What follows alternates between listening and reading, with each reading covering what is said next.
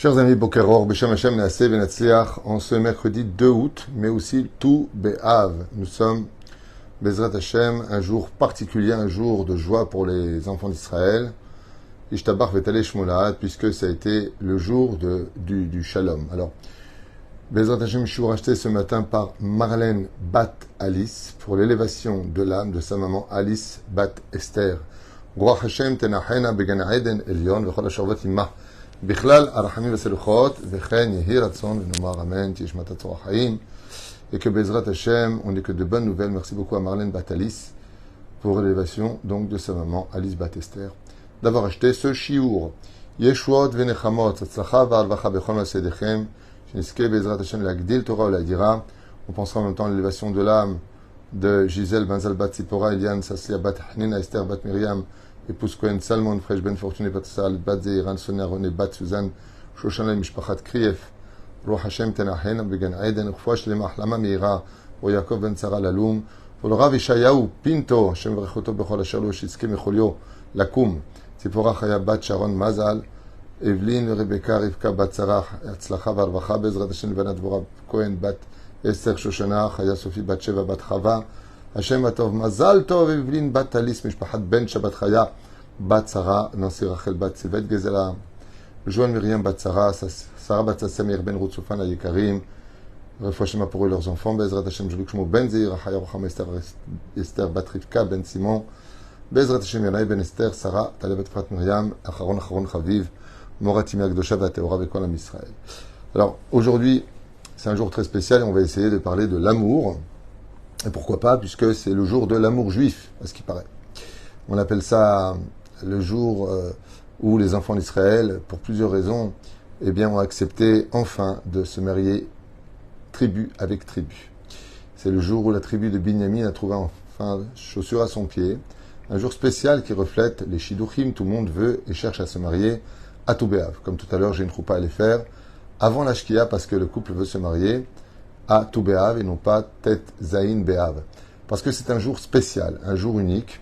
Et la Torah orale, dans le Talmud, entre autres, nous dit que Lo hayu yamim tovim l'Israël et la ketu B'Av ve Yom Kippourim. Il n'y a pas eu de jour plus merveilleux que Tou B'Av, donc cette journée d'aujourd'hui, et pour les enfants d'Israël, Yom Kippourim. Beaucoup de questions se posent ici. Pourquoi on ne pourrait pas dire que, à la limite, Purim serait le jour le plus heureux du peuple d'Israël? On devrait être vraiment heureux, vraiment dans le summum du summum de la joie. On chante des choses qui sont heureuses. Dafka, la fête de Tou B'Av, elle est très curieuse. Il n'y a rien. Juste, on ne fait pas des tachanounim, il n'y a pas de kiddush, il n'y a pas de seouda, il n'y a rien.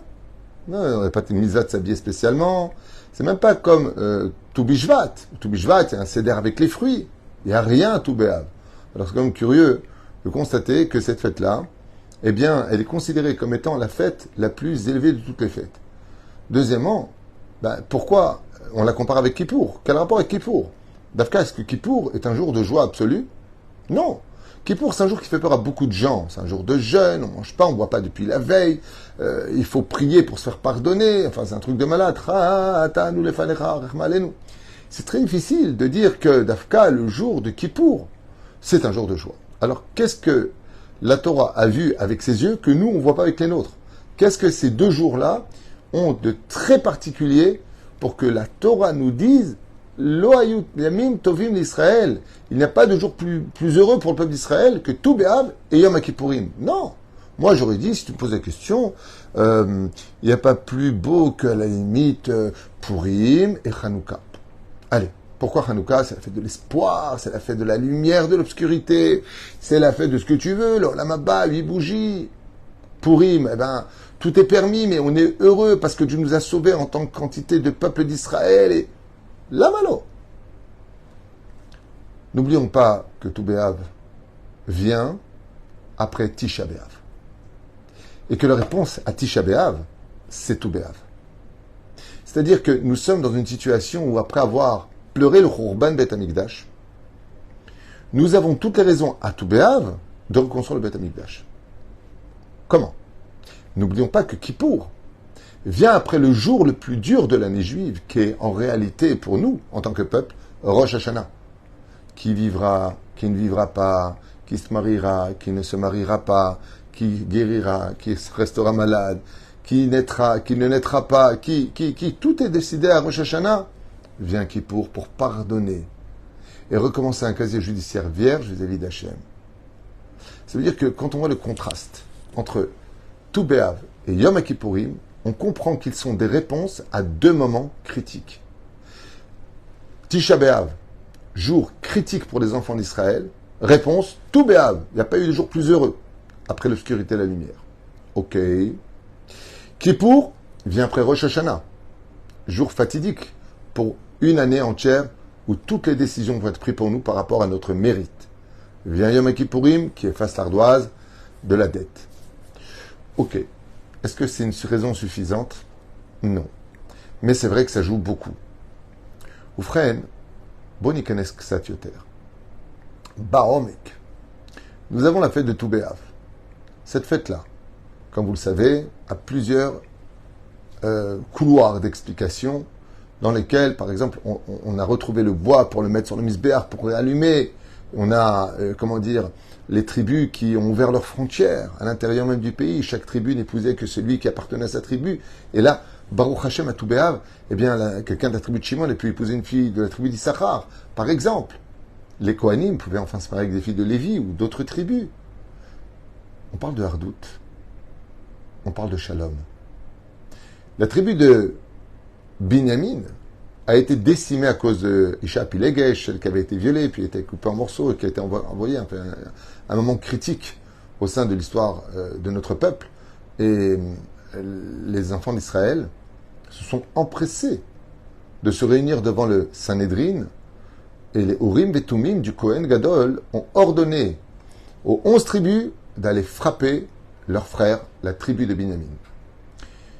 Ils vont perdre 3 fois la guerre. Je ne sais pas si vous comprenez ce que je vous dis. 11 tribus vont perdre 3 fois la guerre face à une tribu. Je vous parle de Yehuda, je vous parle de Asher, je vous parle de Dan, qui sont des tribus puissantes. Ils vont perdre. Chazal dit, pourquoi est-ce qu'ils vont perdre? Il dit, parce qu'ils se sont empressés d'aller les tuer. Oui, mais d'accord, mais c'est Dieu qui l'a ordonné. Oui, d'accord, mais quand Dieu ordonne la mort d'un juif, faut pas y aller avec joie. Parce que malgré tout, Akadosh Baruch Hu, il utilise la mort comme étant un remède et non pas comme une punition, parce que Dieu nous aime. Et donc, quand la 4e fois ils sont partis là-bas, ils sont partis avec retenue. Alors ils ont gagné la guerre. 400 survivants sont restés, dont un très connu qui s'appelle le roi Shaoul. Seulement, ils étaient en harem, interdiction formelle d'approcher les autres tribus. Qu'est-ce qu'on fait le jour de Tou B'Av? Les 11 tribus, ils ont dit à leurs filles, voulez-vous marier? Elles ont dit oui. Dans la tribu de Binyamin, il y a de très beaux garçons, de bonnes familles. Eux étaient encore jeunes. Ils n'ont pas participé à ce viol terrible. Comme on ne peut pas faire des shidduchim entre nous, parce qu'on n'a pas le droit, pour l'instant, de leur pardonner leur acte, eh bien, vous allez vous promener parmi les vignes, parmi les vergers. Et quand vous serez là-bas, vous allez les rencontrer parce qu'on va leur envoyer une lettre leur disant qu'il y a de beaux fruits dans les vignes d'Israël. Ils comprendront. Effectivement, eh bien, chacun a trouvé sa femme. Et les 400 derniers survivants de la tribu de Binyamin ont trouvé l'amour. Ils ont trouvé l'union. L'amour, c'est s'unir. Quelles sont les deux fêtes où Béhémet on parle d'union? Non pas au niveau la Yehudi Maïta Ora Besimcha Besam Beikar. Non. C'est la fête de Tou B'Av et la fête de Yom Kippourim. Le jour de Kippour, rappelez-vous bien, avant de commencer Kal Nidre, qu'est-ce que doit dire le rabbin selon Shulchan Aruch? Qu'est-ce que doit dire chacun de nous? Qu'est-ce qu'on fait chacun de nous à la veille de Kippour?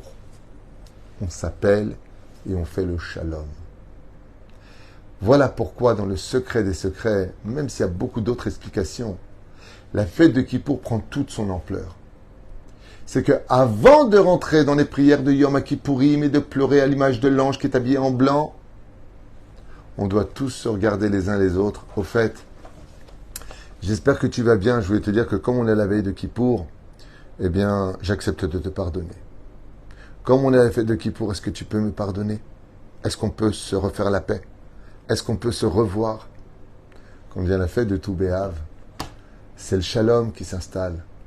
C'est les cœurs qui rebattent. Et un cœur, c'est deux. Ça veut dire que chacun est capable de s'unir à l'autre. Pourquoi est-ce que le Beth Amikdash a été détruit? Pourquoi? Parce que malheureusement on n'était pas unis. Parce qu'on se haïssait les uns les autres. Pourquoi est-ce qu'on est toujours dans la fête de Kippour? D'où vient cette fête? En réparation de la faute du veau d'or. Et là-bas on s'est réunis pour le mal. Alors il faut réparer ça pour s'unir pour le bien. Et ce bien-là ne peut exister que quand on se demandera pardon les uns aux autres. Oh, au sage de nous dire maintenant tu commences à comprendre pourquoi Tou B'Av et Yom Kippourim sont les jours les plus élevés du judaïsme, les jours les plus heureux du judaïsme, parce que quand tu vis en paix avec ton voisin, quand tu vis en paix avec ta famille, quand tu vis en paix avec ton épouse, et que ton épouse vit en paix avec toi, alors Béhémet, tu es heureux.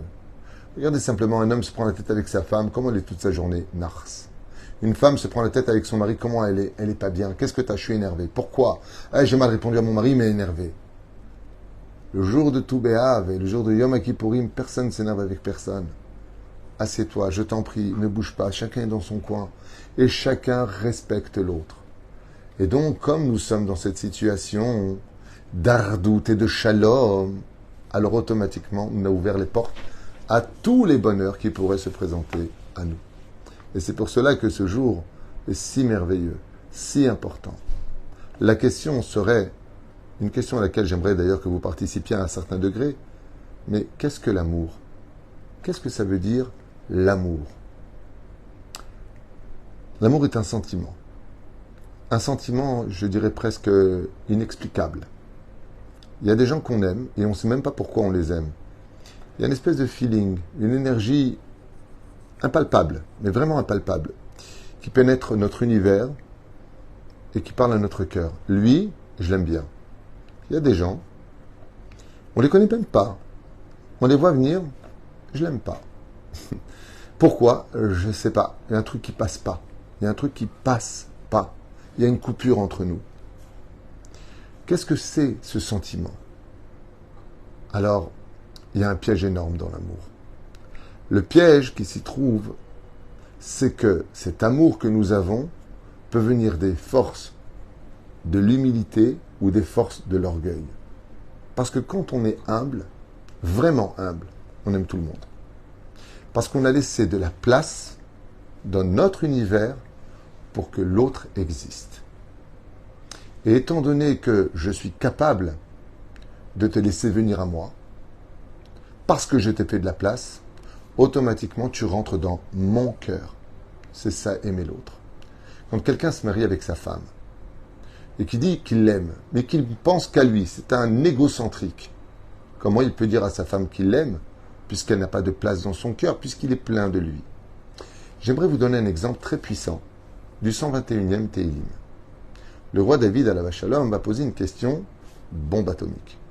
Vous connaissez tous ce Téhilim qui dit Shir la ma'alot esa enai el harim me'aim yavo ezri. Donc le roi David nous dit, il chante des chants. Donc il chante Shir la ma'alot, il parle de l'ascension du chant. Shir la ma'alot esa enai el harim. J'observe avec mes yeux, je fais voyager mes yeux vers les montagnes. On parle de qui? D'Abraham, Yitzhak et Yaakov. D'accord? Me'aim yavo ezri. Comment se fait-il, chers amis, que quand on prie Hachem, on n'est pas tout le temps exaucé? Vous voulez en connaître le secret?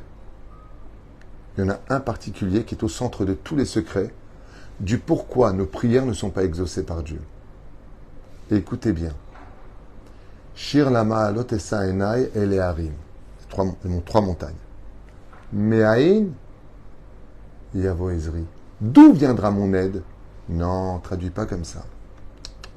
C'est pas ce qu'a voulu dire réellement David Améler. On peut le comprendre comme ça, mais ce n'est pas l'intention qu'il faut avoir. Me'ain, d'où viendra mon aide? Non. Me'ain, virgule, yavo ezri, point d'exclamation.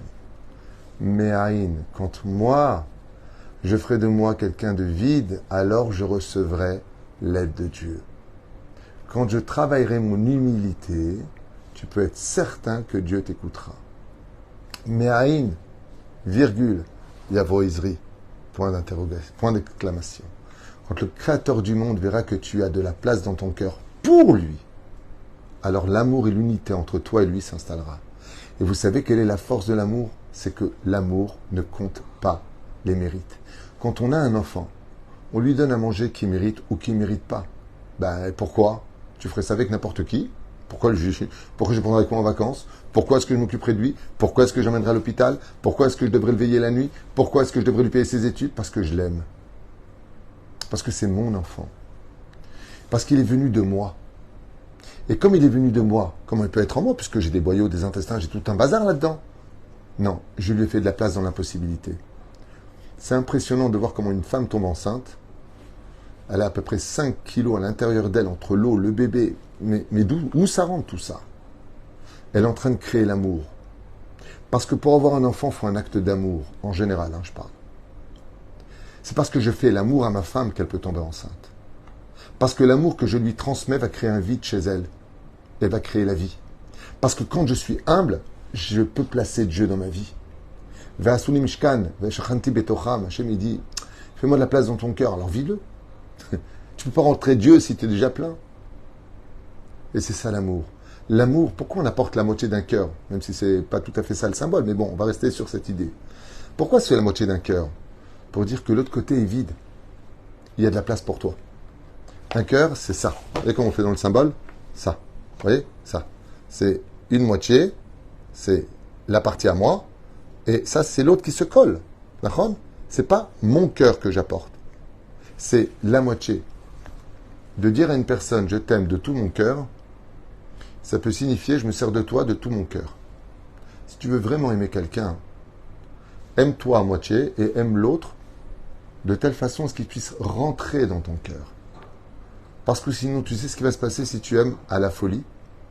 Le moindre détail, la moindre erreur va engendrer la haine. C'est pas comme ça qu'on aime. Aimer l'autre, ce n'est pas lui donner son cœur entre les mains, ce serait une grave erreur. Parce qu'il ne faut jamais avoir confiance, comme dit le Talmud, Chabdeu v'chajdeu.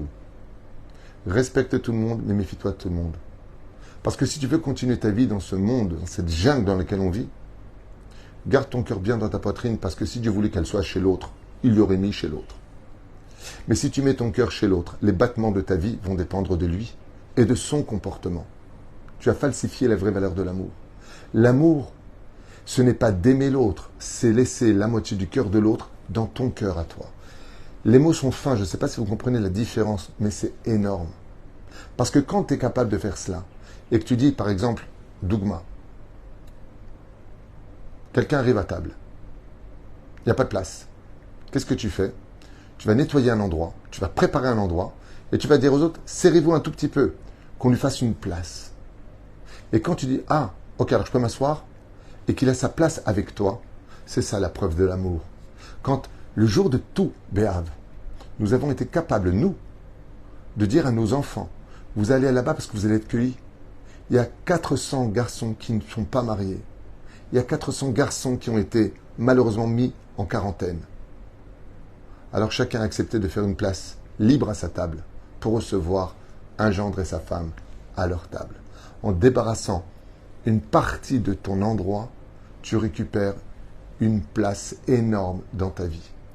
Qu'est-ce que c'est un vrai ami qui nous aime? C'est quelqu'un qui sait libérer son temps pour t'accorder du temps. Se libérer de ce que nous sommes pour l'autre, comme vous allez le voir souvent dans les couples, je vais arrêter avec toi, j'en ai marre, pourquoi? T'es jamais là pour moi, t'as jamais le temps pour moi, t'es jamais libre. Libérer quelque chose, c'est commencer à aimer.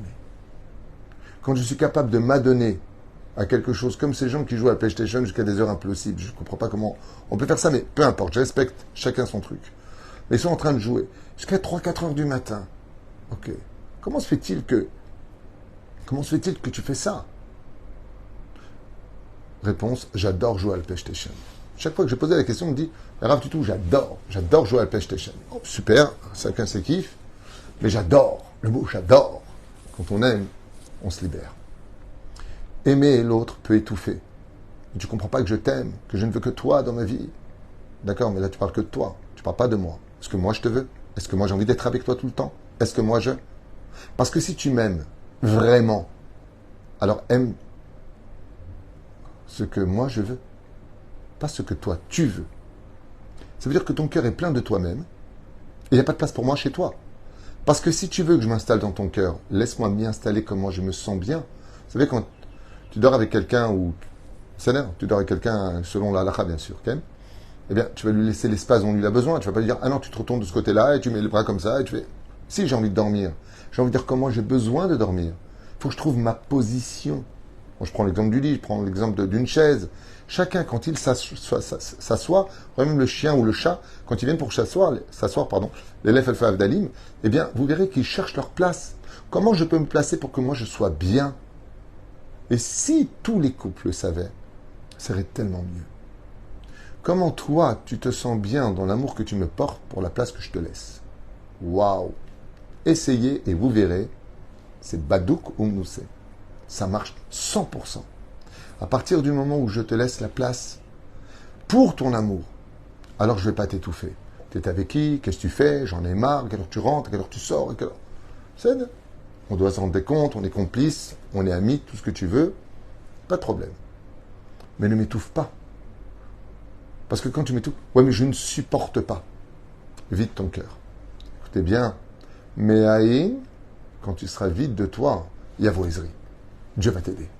À partir du moment où en réalité des réalités, tu es capable de faire de ta vie un désert pour l'autre, pour qu'il puisse s'y installer, mais qu'à la moitié du chemin. Parce que vous savez ce qui se passe quand on aime trop quelqu'un? Tu t'es mis dans ses mains, eh bien tu seras le seul à aimer. Parce que tu lui as donné tout ton cœur. On ne donne jamais tout son cœur tant qu'on n'est pas 100% sûr que celui qu'on a en face de nous n'est là que pour nous. Comment s'appelle-t-il celui qui est là que pour nous toutes les secondes et qui nous aime d'un amour infini toutes les secondes, à qui on peut donner son cœur en entier? C'est Dieu. Ve'afta et Adonai Elohecha bechol levavecha. Tout ton cœur. On a dit non, on doit laisser une partie du cœur pour nous-mêmes. Il dit non, mais la différence, c'est que Dieu ne prend pas de place. Il te laisse ton cœur, mais il l'habite. Il est tout à l'intérieur de lui, parce qu'il t'aime. Et il te donne la vie. Comme on le dit dans la prière, qui regabe apo haim birtono. Dieu pourrait arrêter de faire battre ton cœur quand il veut, où il veut, s'il veut. Et il le fait battre. Il le fait agir.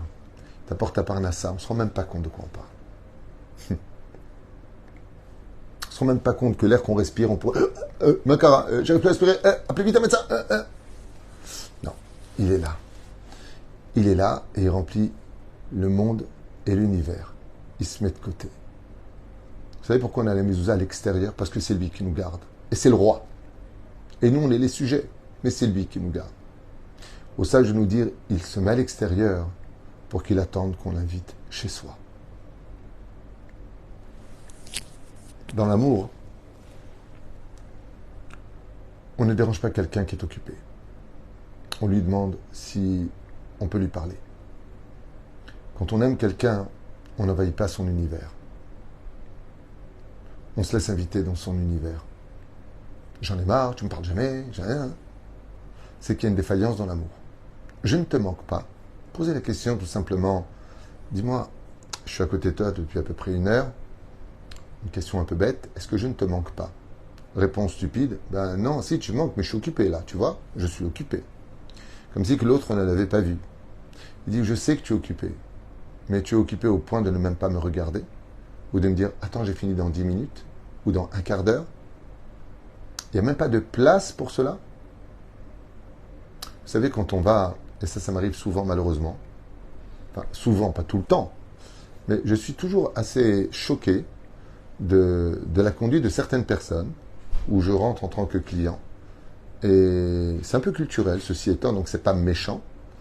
Mais tu as la personne, donc le vendeur qui est là, ou le serveur dans un restaurant qui est là, ou peu importe, tu fais la queue.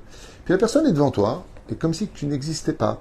Il n'y a pas de « Bonjour, attendez un instant, vous voyez, je suis occupé 2 minutes, je m'occupe de vous tout de suite. » Un peu de relation. Ce sont des gens qui te font comprendre que tu n'es pas content, tu t'en vas. Il n'y a pas de place pour toi. Je suis occupé, c'est comme ça mon principe de vie.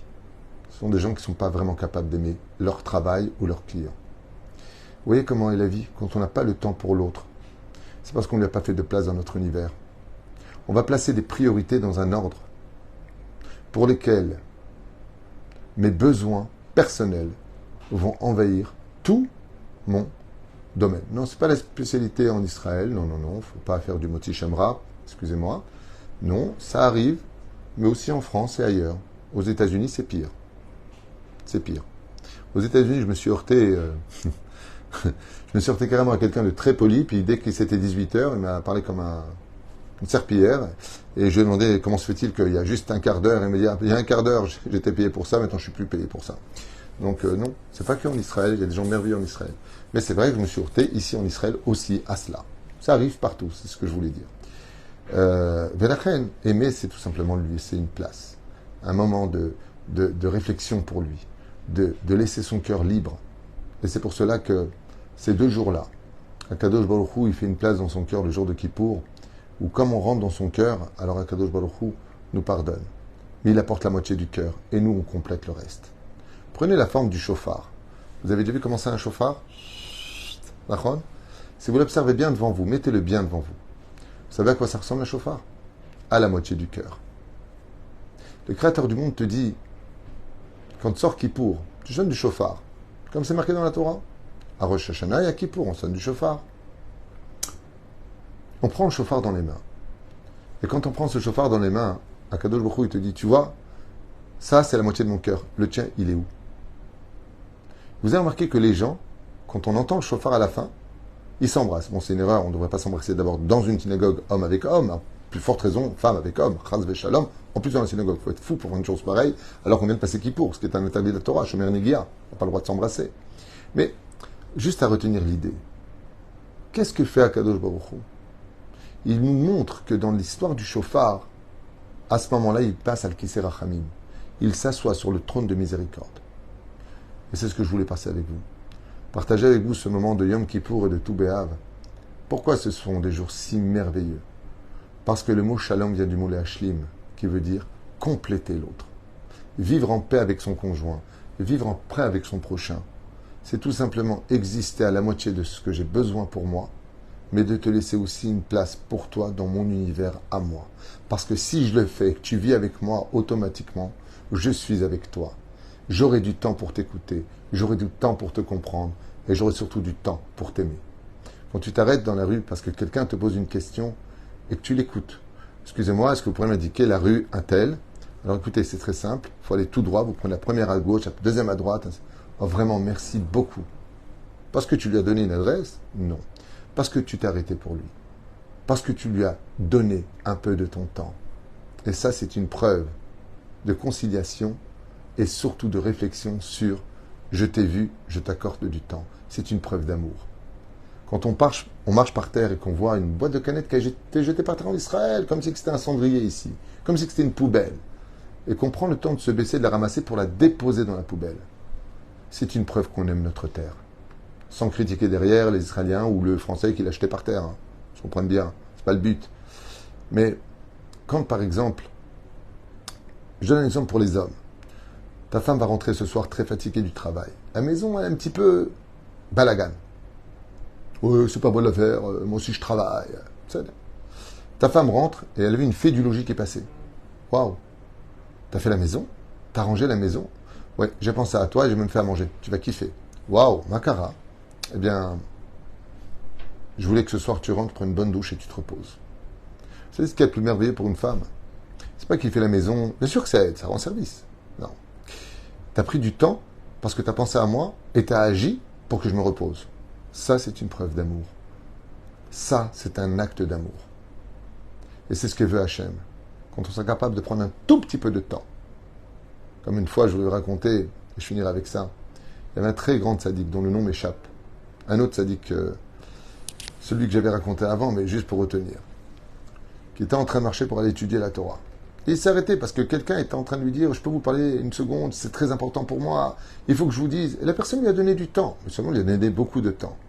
Il a écouté, il lui a dit « Écoutez, selon ce que vous m'expliquez, voilà ce qu'il faudrait faire. Ta. » Un des élèves qui était avec son rave, il lui a dit « Vodarav, ça fait beaucoup de temps, ça fait presque 10 minutes que vous êtes avec un homme alors qu'on était parti pour étudier la Torah. C'est pas dommage pour le temps de l'étude. » Il lui a dit « Tu sais, tous les matins, je dis, tu aimeras l'Éternel ton Dieu de tout ton cœur, de tous tes moyens, de toute ton âme et de tous tes moyens. » Là, je ne viens pas de le dire, je viens de le prouver. Parce que donner du temps à son frère juif, Donner du temps aux créatures de Dieu, donner du temps à la vie, c'est prendre la vie entre les mains. Et ça, c'est les deux fêtes. Akadosh Baruch Hu vient nous prendre dans les bras le jour de Tou B'Av et le jour de Yom Kippourim. Il va nous donner du temps pour lequel, d'un côté, on est prisonnier dans un système de lois bien restrictives, et aujourd'hui, il n'y a rien de spécial pour te dire que Dieu, il attend tout et rien de toi. Tou B'Av, rien n'est interdit, c'est un jour normal, même pas besoin de s'habiller, pas de kidouche, fais ce que tu veux. Yom Kippourim, tout est fermé, tout est contrôlé. Tu manges pas, tu bois pas, tu fais pas ceci, tu fais pas cela, attention, tu parles pas trop, makara, shkunmet. Réponse, que tu ne me donnes rien, ou que tu me donnes tout, tu es dans mon cœur, donc j'attends rien de toi. De l'extrême à l'extrême, quand on aime, on ne compte pas. Chag Sameach, Bezrat Hashem, Yeshuot Venechamot, et merci à vous d'écouter les shiurim. Toda Rabba.